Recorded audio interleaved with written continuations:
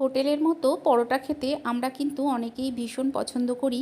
এখন খুব সহজেই আপনারা বাড়িতে এই রকম হোটেলের মতো পরোটা বানিয়ে নিতে পারবেন।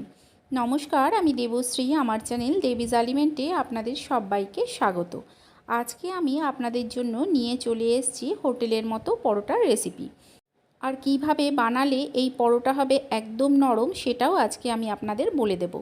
তাহলে চলুন দেরি না করে দেখে নেওয়া যাক যে এই পরোটাটা আমি কিভাবে বানাই। এটা বানানোর জন্য প্রথমেই আমরা নিয়ে নিচ্ছি, দেখুন, একটা বাটিতে কিছুটা ময়দা। এখানে আমি 2 কাপের মতো ময়দা নিয়েছি। দিয়ে দিলাম লবণ আর দিয়ে দেব চিনি। চিনি আর লবণটা অবশ্যই দেবেন। দিয়ে প্রথমে এই শুকনো উপকরণগুলোকে হাতের সাহায্যে ঠিক এইভাবে ভালো করে মিশিয়ে নিতে হবে। ভালো করে মিশিয়ে এখন অল্প অল্প উষ্ণ গরম জল দিয়ে এর একটা ডো তৈরি করে নিতে হবে। তবে ডোটা যেন একটু পাতলা হয়, একদম স্টিকি স্টিকি হয়, সেইভাবে ডোটাকে তৈরি করে নিতে হবে। একবারে অনেকটা জল দিয়ে দিলে কি হবে, একদম পাতলা হয়ে যেতে পারে। তাই অল্প অল্প জল দিয়ে আমি ডোটা তৈরি করে নিচ্ছি। ডোটা কিন্তু একদম শক্ত করা চলবে না। শক্ত যদি ডোটা হয়ে যায় তাহলে কিন্তু পরোটাগুলো একদমই নরম হবে না। দেখুন, ডোটা আমি তৈরি করে নিচ্ছি। হাতের মধ্যে ঠিক এইভাবে লেগে যাচ্ছে, এই রকমই ডোটাকে তৈরি করে নিতে হবে। এই রকম স্টিকি অবস্থাতেই ময়দাটাকে ভালো করে মেখে নিতে হবে। দেখুন, আমি এটাকে ভালো করে মেখে নিচ্ছি। এটা হাতে লেগে যাবে, তাতে কিন্তু কোনো অসুবিধা নেই। এই রকমভাবেই এটাকে মেখে নিতে হবে।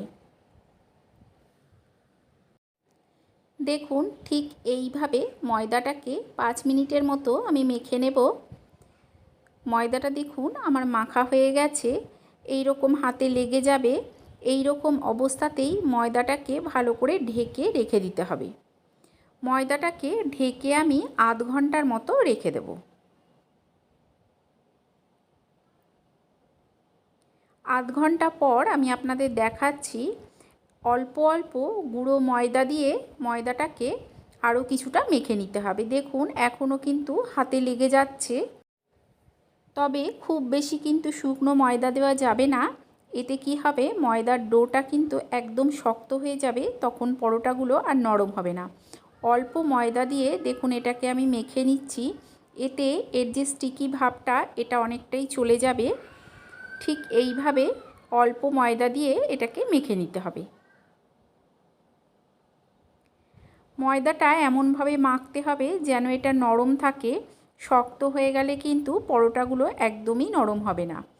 দেখুন, আমি এটাকে মেখে নেওয়ার পরও হাতে কিছুটা লেগে যাচ্ছে। এখন এতে দিয়ে দেব আমি কিছুটা সাদা তেল। তেলটা দিয়ে ময়দার সঙ্গে মিশিয়ে ভালো করে মেখে নিতে হবে। এতে স্টিকিনেসটা অনেকটাই কমে যাবে, তবে ময়দাটা কিন্তু নরমই থাকবে। দেখুন, এখন কিন্তু আর সেই রকমভাবে হাতে লেগে যাচ্ছে না। তেলটা দিয়ে খুব ভালো করে মেখে নিয়ে এখন এটাকে ঢেকে আমি আরও 10 মিনিটের মতো রেখে দেব। আরও 10 মিনিট পর আমি ময়দাটা নিয়ে নিচ্ছি। নিয়ে একবার ভালো করে মিশিয়ে মেখে নেব। মেখে নিয়ে এর থেকে আমি লেচি করে নেব। ময়দাটাকে মেখে নিয়ে দেখুন আমি লেচি করে নিয়েছি।